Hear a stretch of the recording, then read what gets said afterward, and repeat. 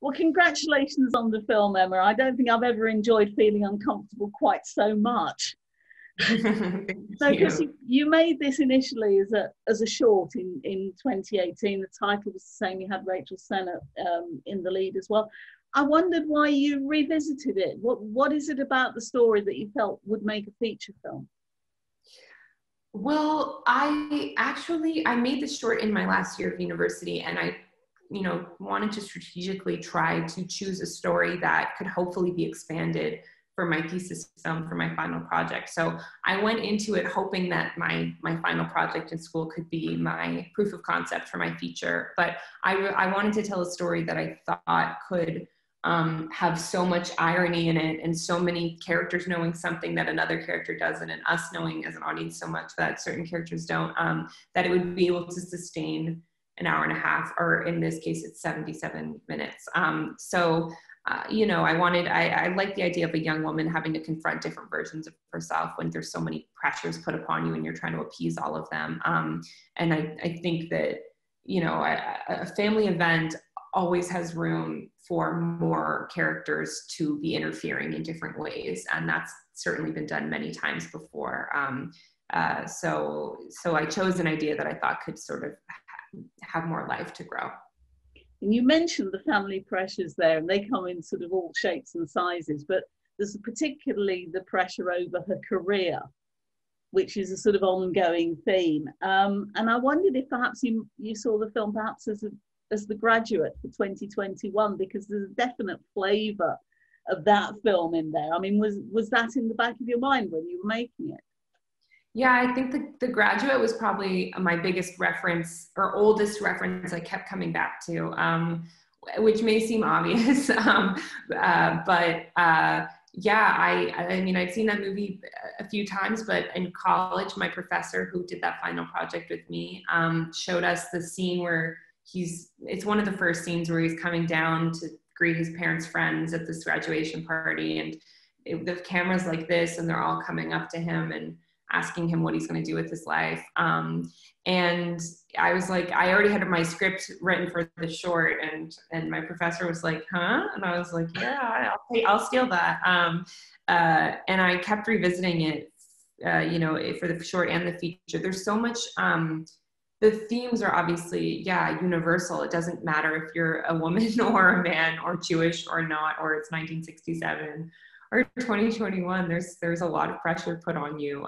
The way you choose to deal with it is different. I'd say the way that Benjamin deals with it is different than Danielle, although not at first. It seems that the sex is sort of this weird, like, testing ground of like, who am I as a man or a woman, with an older person. So actually, never mind, I didn't think about that. There's also just on a technical level, so much dramatic irony and so many of those frames in the movie, like, so I tried to sort of steal from that too. Like there's Anne Bancroft, in the foreground in close up as like Dustin Hoffman's lying about what they just did, out of focus in the background to her husband. And so there's so much of that. And I tried to take from that as well.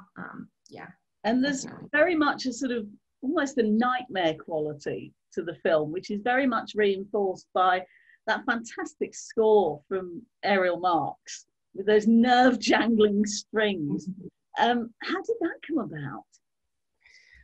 I initially didn't want a score. I didn't know, I'd never worked with a composer before, and I wanted Shiva Baby to have a sort of Cassavetes like realism vibe, without music. And I sometimes think scores can sort of remind the audience that they're watching a movie, and I didn't want that. But when we were shooting one of the scenes in the movie where Danielle's looking over at the baby for the first time and really getting a good look at the baby crying as people are talking around her, I realized as we were shooting it that all that dialogue I'd written was just going to be background noise, and I needed something to really communicate that this is what the scene is really about. And music obviously so effectively does that. That's the purpose of it.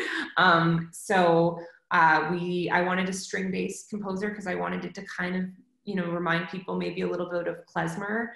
And I chose Ariel, and she is absolutely incredible. And she sent me a sound library of violin sounds and asked me to choose my favorites. And all of my favorites were screeches and plucks and things like that. And I told her I wanted it to be anxious. And that's you know, when she sort of recognized and told me that we had the challenge then of doing a horror score for a comedy. No one had said anything like that before. So that's how that came about. She's an incredible collaborator and very talented. I wondered how much of you there was in Danielle, and what prompted me to ask the question was that the other big pressure that Danielle is under is everybody keeps telling her she looks like she's lost weight. There's that wonderful line about Gwyneth Paltrow. It's the one that everybody remembers from the film. But I guess it's the pressure that young women are always under. And how much of this was sort of based on your own experiences? Were you on the receiving end of that sort of, it's not so much a conversation as an interrogation? Yeah, it's definitely taken from my experience. I think I had a weird experience where I was quite chubby, and I'd say it wasn't chubby, but I was a plump kid. I was a healthy plump kid, and I lost weight when I naturally I had like a delayed sort of growth spurt moment when around the time that I went to college, and it's sort of like I went from being too fat to being too skinny very quickly. It seems like you can't win. And that was something, because, you know, Rachel's not Jewish, but she comes from a huge Italian family. And that's something that the two of us, I feel like, could connect to in terms of bringing the families together in the world. Because obviously we relate to each other on a personal level for Danielle, but the food element is something, you know, that's in many different cultures of like, eat more, but not that much, but don't eat, but do eat. So yeah, I experienced, I mean, but it's all with love, of course, but after a while you're like, and then you have people being like, you lost weight, but being like, how did you do it? Like, can you give me tips? But also you are too skinny. Yeah, I definitely had that in there. I have to say, because I need to credit her whenever I get the chance, that line that everyone talks about was actually written by my friend, Brittany Maldonado, because when I was making the short, she was my roommate at the time. And I was trying to think of a line, and I was like, Gwyneth Paltrow, like, you know, the Holocaust joke's been done too many times before, like Gwyneth Paltrow in Auschwitz or whatever. Like, I'm not going to do that. And I was thinking about it, and she was just like, Gwyneth Paltrow on food stamps. So I have to credit my friend, because I can't, it's not my line. And it seems to be a line that everyone loves a lot.